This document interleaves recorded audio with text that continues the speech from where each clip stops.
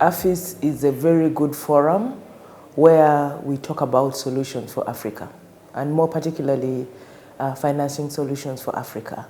And I think the tone that was set at the beginning, where they did where we want to be in 2029, was absolutely great, because it then focuses us to see what can we do to get there.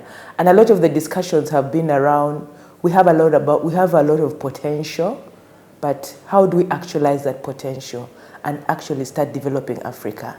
And I think, and those are the discussions that are happening. How are we actualizing the potential that we have in Africa and actually actualizing it using solutions that are bred in Africa and that are relevant to Africa? So I think, for me, from that perspective, it's something that anyone in the financial sector, anyone in government shouldn't miss.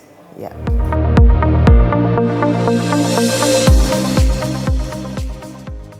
I think just listening to some of the discussions, the key thing for African capital markets is, do we have the right regulations? That is one.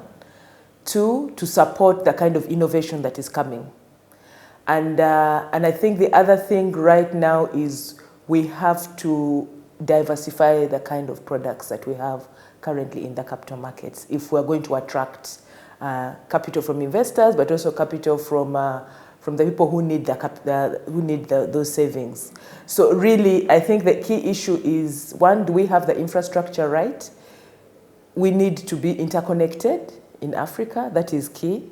We need to have products that are relevant, and we have to use technology to increase the financial inclusion, really, so that we make sure that as many people can participate in the capital markets. Yeah. I guess the other one as well is education, just telling people about how they can get capital from the capital markets. A lot of it tends to be skewed towards banking, but I think if you want the long-term capital, we have to tell people that they can actually find this capital from the capital markets.